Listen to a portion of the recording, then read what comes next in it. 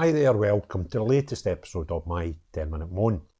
The topic of this 10-minute moan is quite disturbing information that's coming out about the, try to watch my words here so I don't get the thing pulled, but the jags that we took when we were coming out of the issues in 2020. Now this is a series, excuse me, of information that's going to come out from Isabel Oakeshott. Now, I follow her on Twitter and she's got a website up which she is going to be putting out some information, looks like daily. So here's a video of Isabel. Well, it's coming up to 4 years since the rollout of the COVID vaccine in the UK, and today I'm releasing the first in a series of revelations about the jab, how the government set about getting it, how the goalposts dramatically moved as to who actually needed it and would benefit from it, and how they dealt with worries about the efficacy of the jab, how well it worked, and about potential side effects and harms. Right from the start of the pandemic, the government presented vaccines as the way out of the public health crisis. Essentially, they bet the house on these jabs. It was a multi-billion-pound punt, and they could not afford for it to go wrong. And that meant that there was a huge operation to shut down any debate, however legitimate, about the necessity of everybody having this jab, about how well it worked, and about any potential side effects. So today I want to lift the lid on some of what was going on behind the scenes, some of what was shut down during the pandemic itself, and the media were very complicit in that, I think. The media did not want to publish any stories that undermined confidence in the vaccine. Now, important to say that I'm not an anti-vaxxer. In fact, I had the jab, slightly regret that, but at the time we were all under a great deal of pressure to have it, and you needed it to travel, and I wanted to be able to do that. And we need vaccines, of course we do. We need vaccines that work, and we need vaccines that are safe. But people deserve to know the truth about the COVID vaccine. Otherwise, how are they going to trust their politicians and senior medical advisors if this happens again? So out today, please follow the link, and much more to come.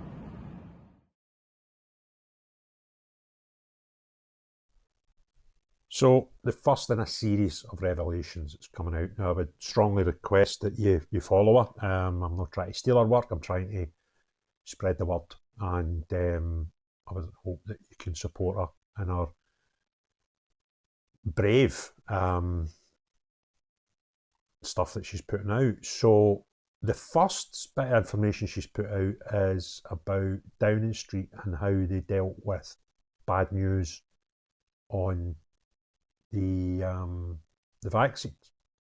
Now, my big problem with the vaccines is we were all told that they were safe and effective. That was the buzzwords. Both Holyrood and Westminster told us that regularly, and almost guilt-tripped us into taking it and told us, you know, my own personal story. My mother was alive at the time. I had to move in with her permanently during COVID because our at-home care was pulled, and I was in a bubble, just me and her, for months. And when the vaccines came up, I thought, because of her medical issues, that if I got COVID, I would probably be in bed for a couple of 3 days, but it might kill her. So that's why I decided to get the jag.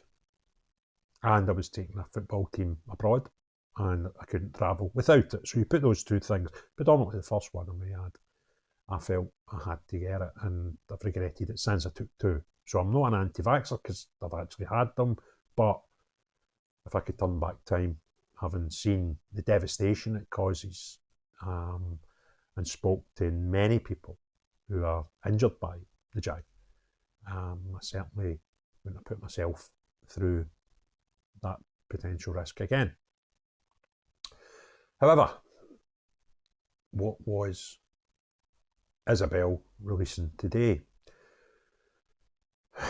it was pretty frightening, and the information came to me. I was alerted to it through Dr. Azim Malhotra, who's a man that I had the pleasure of meeting briefly at an event, but I have people that I know who are very friendly with him, and he put out a tweet today telling me and others about the information, and in his words were breaking secret WhatsApp messages released today from Isabel Oakeshott, I hope I pronounced your name correctly there, Isabel, reveal that Downing Street ordered the UK regulator, the MHRA, to knock down vax concerns because of extremely poor efficacy. Now, we were told they were safe and effective, and I've had the contracts in my hand from AstraZeneca that went round the world, and they actually say that they can't give us figures on how safe they are or how effective they are. But that was what our government's told us. That's 3 words that I'll never forgive them for. Anyhow, back to the story. So he shared some information which were from Isabel's work, and they were around WhatsApp messages. So on the 9th of the 1st, 2021, Matt Hancock says, Araza Darzi, who's a doctor, told me he got the vaccine in December and then did duty-giving vaccinations. He then got COVID from a patient after Christmas. He's fine, he says. He says apparently it's quite common story, one that could create a little media anxiety storm. So this is right in the early days of the vaccine, and Matt Hancock, who's obviously working for the government at the time, is telling someone via WhatsApp that they might not be as effective as we thought they were, and this could create a media storm. In the event, while Darcy's experience was not an isolated case, there was no little media anxiety story. In fairness, nobody had ever claimed that any of the COVID vaccines offered instant 100% protection from the disease. It would take each patient some time to develop immunity after receiving the jab. The question was how long it would take to reach peak protection, how long peak protection would last before the booster was needed, and how effective the vaccines were during each of these stages. These were not conversations ministers were keen to have in public. They certainly didn't want the German newspaper report about the AZ jab not working gaining any traction. So here's what they did. They put pressure on the Medicines and Healthcare Products Regulation Authority, MHRA, to knock it down. In a highly controversial move, the UK's most senior servant, Cabinet Secretary Simon Case, asked Hancock to contact the regulator and ask officials there to have a quiet word with their EU counterparts, the European Medicines Agency, also supposedly independent from political interference, to help kill the story. Here's his WhatsApp request.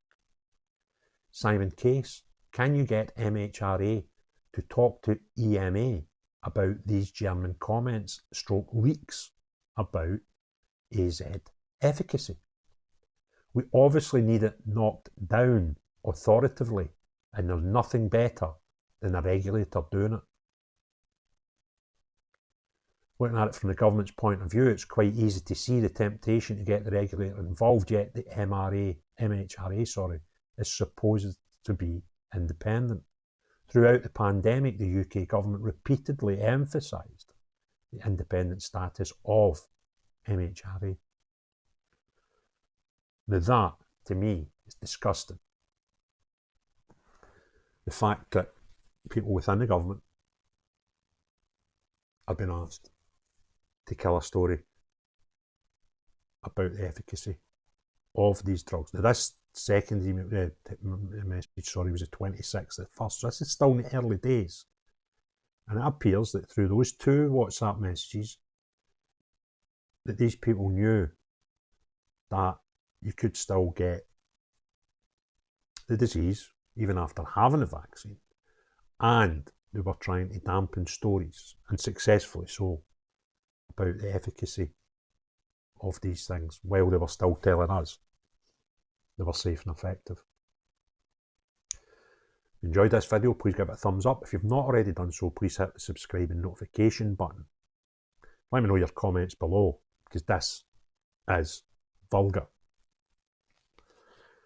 But the most important thing, as long as you're not anybody who lied to the good people of Britain about the safety and efficacy of these untested drugs, not you, but everyone else, have a great day. Cheerio, bye now.